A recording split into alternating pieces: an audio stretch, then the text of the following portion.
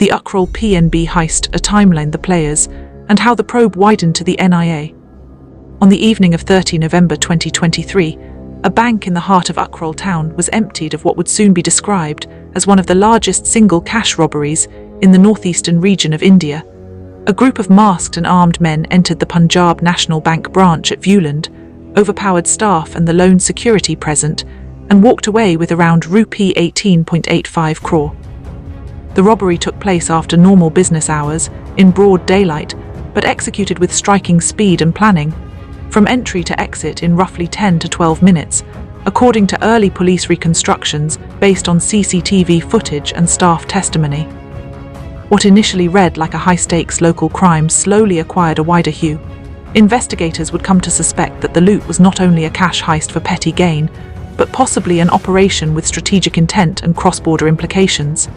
Over the next year and beyond, the case would thread through local police inquiries, political pressure, intelligence briefings, and eventually a decision by the Union Home Ministry to hand the probe to the National Investigation Agency.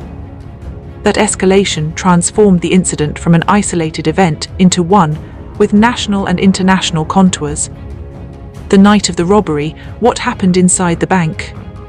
Available reports, bank statements, and contemporaneous local coverage give a consistent reconstruction of the heist.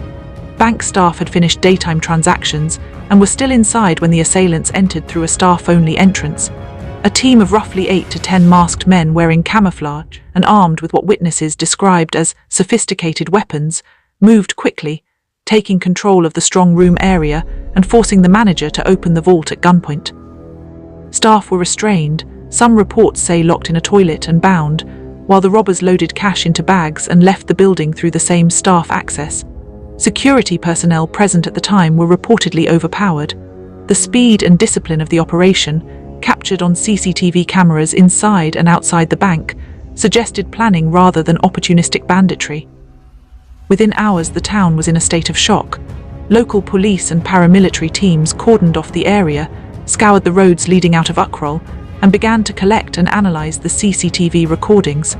Initial inquiries suggested the robbers had an organized escape plan.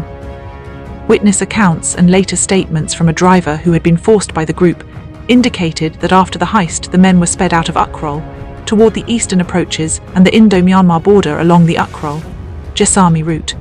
That the robbers chose a route toward an international border would later be one of several factors that shifted the investigation from a district-level crime to one with cross-border sensitivity.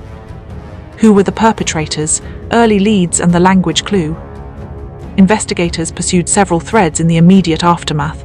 Forensic review of the CCTV footage was combined with witness statements to try to identify the men and the vehicle used in the getaway. One unusual clue repeatedly mentioned in local and national reports was the language mix the robbers used while issuing instructions. Witnesses reported the men speaking Nagamese, Maitilan, Manipuri, and Tankhul. Along with local sightings and the brief testimony of a driver who said he was forced to ferry the men, the language clue suggested the possibility of a multi-ethnic team or a group that deliberately used different languages to mask origins.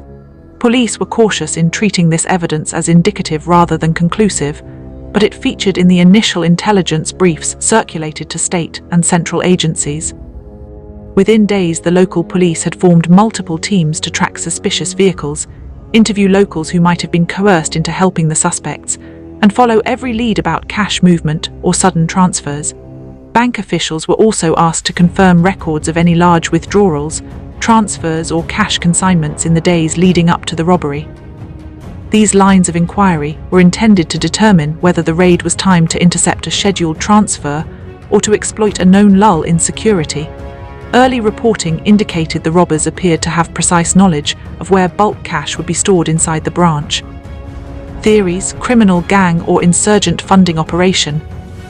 As the forensic work continued, two competing theories dominated the conjecture.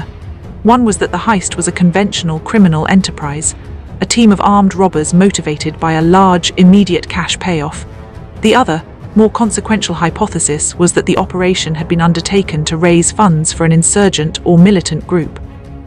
This second hypothesis carried heavier implications because it shifted the investigation away from ordinary crime and into the terrain of national security, a domain that can involve central counter-terrorism agencies and even international cooperation if arms procurement and cross-border movement are alleged.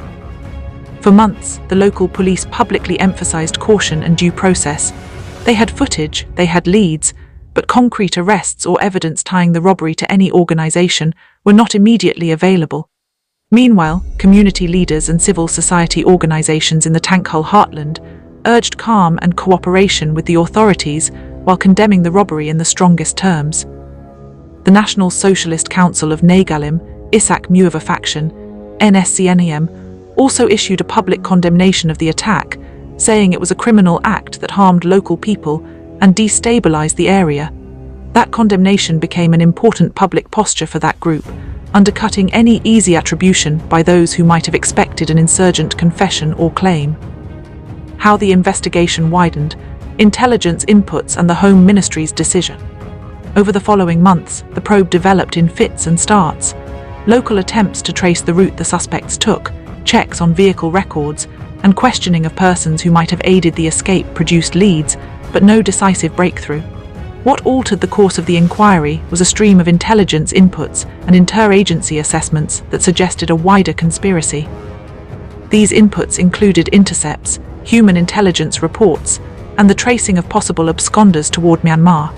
Security agencies reportedly flagged the possibility that the money had been moved out of India to buy arms or establish supply lines beyond the reach of Indian law enforcement. By mid-2025, central agencies had apparently accumulated enough actionable intelligence to prompt the Union Home Ministry to take a strategic decision. The probe required a centralized, nationally mandated agency with jurisdiction for crimes with national security and cross-border dimensions. On the ministry's direction, the National Investigation Agency was asked to take over the case and register and FIR. The NIA's involvement meant that the probe would now proceed with additional resources, legal tools, and the authority to investigate links crossing state and national borders. Official communications and public reports later framed the Home Ministry's move as necessary, given the gravity of the offence and its potential international ramifications. Arrests and the allegation linking cadres to the heist. The probe moved from lead gathering to targeted operations. In late July 2025, Nagaland police arrested 3 individuals, including a figure identified in agency briefs as P. Joseph, also known as P. Jackson, of Ronnie Village in Kamjong district. These arrests were significant because central agencies later described one of the detained persons as a hardcore cadre linked to the eastern flank of Nscn. Following the state police action, the arrested persons were handed over to Manipur police and later became subjects of inquiries that would draw in the NIA. With those detentions, investigators believed they had the human leads necessary to connect the planning and execution of the robbery to an organized group. Official narratives suggested that the financial motive for the heist included procurement of sophisticated weaponry for strengthening positions across the border, a line that, if proved, would convert the crime from a domestic bank robbery to a component of arms financing for militant activity. It is important to stress what the agencies themselves have made public versus what remains under inquiry. The NIA's FIR and public communiques assert a link between the robbery and armed cadres of an insurgent outfit, but a court of law and a complete evidentiary process are the ultimate arbiters. At the time the central probe was ordered, investigators said they needed to unearth a larger conspiracy angle and to establish whether the proceeds were indeed used or intended for arms procurement or other cross-border operations. The difference between suspicion and proven guilt is central to how investigations of this type proceed. Intelligence can point the way, but forensics, bank records, confessions, and corroborated material evidence are what secure convictions. The role of CCTV, the coerced driver, and cross-border routes. 2 strands of evidence were repeatedly cited in official briefings and press reporting as crucial to the widening probe. The CCTV footage and testimony from a local driver who was forced to ferry the suspects. The visual record showed a tight, professional operation carried out at speed and with precise targeting of the strong room. The driver's account, on the other hand, helped investigators map the suspect's immediate escape route, describing drop-off points and directions toward remote villages, and ultimately to the approaches heading east toward Myanmar. These accounts offered a plausible logistical pathway for the suspects to cross the porous borderlands, where dense terrains and networks of informal crossings can make pursuit and recovery of stolen goods more difficult. Given those dynamics, central agencies argued the case demanded the ability to coordinate across state boundaries and to liaise with foreign partners where appropriate. The political and human fallout in Ukhrul. Beyond the criminal and security dimensions, the robbery had deep local consequences. Ukhrul's tight-knit community felt the shock of an audacious robbery in its market heart. Bank customers, small businesses and everyday citizens worried about the implications for local commerce and for security. The incident exacerbated an already fraught atmosphere in a region coping with years of ethnic tensions and conflict spillovers. Local leaders, civic organizations, and even church bodies pushed for calm and for a credible, transparent investigation that would both recover the stolen funds and hold accountable those responsible, irrespective of their affiliations. Some local organizations also appealed to anyone with information to come forward, emphasizing community cooperation as essential to resolving the matter. What the NIA takeover means for the case. When the NIA registered its FIR in September 2025 and formally took over the probe, it signaled a phase in which forensic accounting, financial trail analysis, and cross-border intelligence cooperation would intensify. The NIA has legal tools to trace financial channels, to issue production orders across jurisdictions, and to coordinate with state police without being limited by territorial constraints. It can also elevate the probe to consider offences under anti-terror statutes if evidence supports such a charge. The NIA's public statements stress the need to unearth the larger conspiracy and explore whether the crime had national or international dimensions, including arms procurement across borders. That framing informed the public understanding of the case as not merely local banditry, but potentially part of a larger strategic funding operation. Open questions and investigative hurdles. Despite the high-profile arrests and the NIA's engagement, several questions remain open. Has the entire trail of money been mapped and recovered? Were external actors, middlemen or financial conduits involved who operated beyond the immediate circle of those arrested?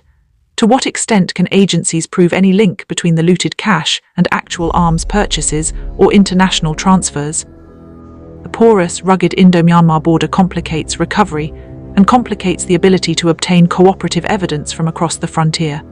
Moreover, the political sensitivity of naming organizations in connection with criminal acts requires investigators to assemble a robust set of corroborative facts before moving from suspicion to formal charges on the gravest counts.